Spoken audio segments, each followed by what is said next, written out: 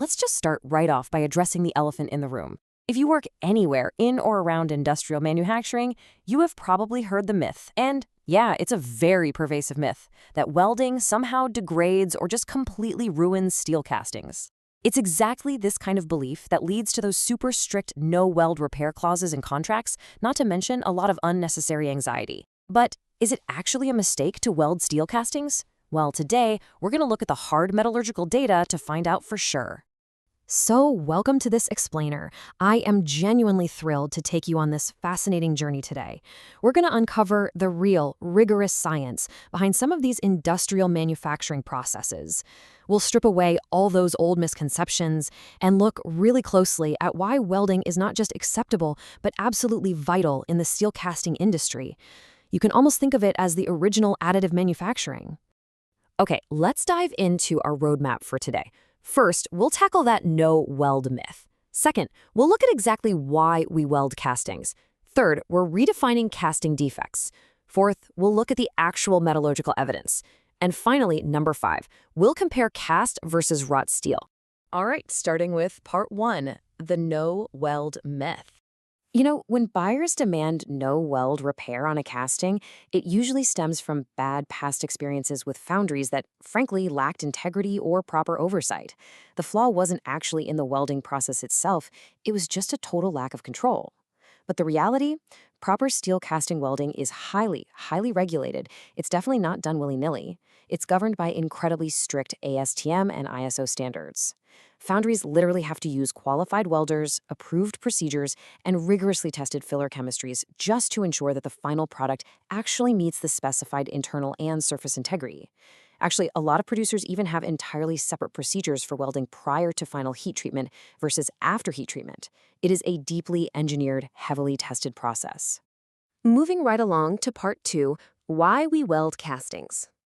So if it's such a highly controlled process, what are the practical, everyday reasons foundries actually use it? Well, there are 4 primary ones. First up is production welding, which is honestly just a normal, fully expected part of the manufacturing process to ensure a casting meets exact customer specs. Second is casting upgrade. This is typically used in the valve industry to elevate a standard casting up to a much higher special quality level. Third, we have weld overlay, where a special alloy is added right to the surface for better wear or corrosion resistance. And finally, fabrication welding, which is when a casting is integrated into a much larger fabricated assembly. And this brilliantly illustrates the whole concept of cast weld construction. By joining relatively simple steel castings to standard mill shapes, things like plates, bars, or pipes, engineers can create these incredibly complex, totally optimal parts. It gives you massive design flexibility. You get to combine the uniform thin sections of standard mill shapes with the highly complex geometries of castings that form all the vital connections. In so many ways, this really is the original additive manufacturing. It provides targeted strength and flexibility exactly where you need it, very much like modern 3D printing does today. That brings us to part 3, redefining casting defects. Words matter, right? And the old vocabulary in this industry heavily contributed to the stigma around welding. In the past, any cavity that got filled by welding was called a repair weld, and the removed material was called a defect. But that incorrectly implies that the condition was some sort of unexpected failure, or that it was completely outside normal operations. The new, far more accurate terminology recognized by modern standards refers to these simply as quality details, or indications. They're really just non-conformances assessed during inspection. And the standard process of filling them to meet exact specs, that's now accurately called production molding. Really, the word defect should only ever be used to describe a part that fails to meet standards after it's already been shipped out to the end user. Okay, let's get into part 4, the metallurgical evidence. This is where we look at the hard data.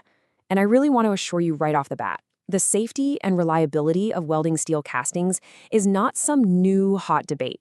It is a deeply researched, firmly established scientific fact. The research into this stretches back nearly a century. We're looking at data spanning decades here, starting with the foundational SFSA Report 16 way back in 1948, moving through the heavy section tests in the 60s, a massive literature review in 1982, all the way up to rigorous AWS D1.1 code testing that was conducted in 2020. Now, what's really interesting about the historical data from 1948 is this.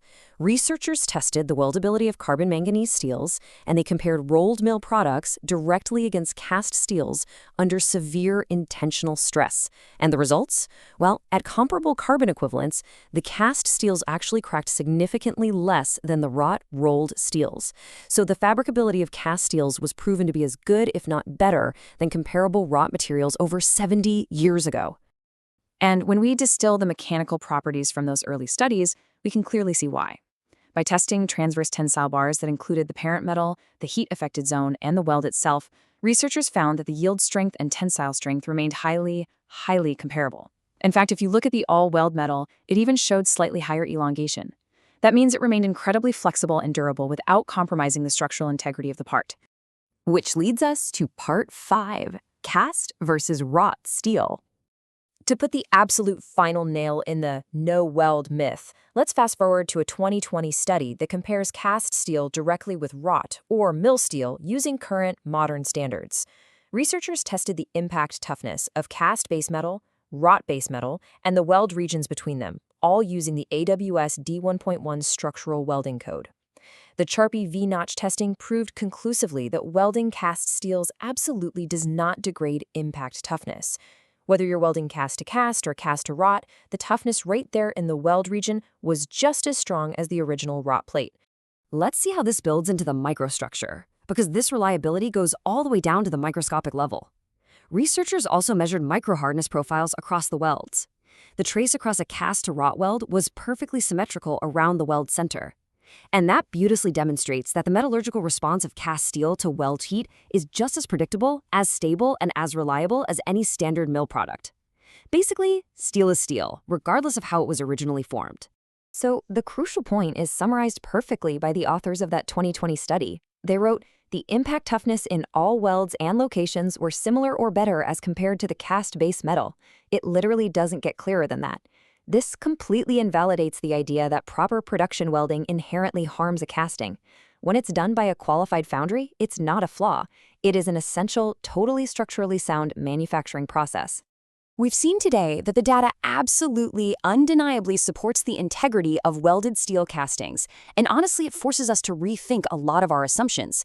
If welding, a process that is sometimes viewed with such suspicion, is actually the original additive manufacturing and a bedrock of optimal part design, what other stigmatized industrial processes out there are actually foundational engineering tools just waiting to be understood? I really want you to think about that as you look at the manufacturing world around you. Thanks so much for joining me for this explainer, and keep learning.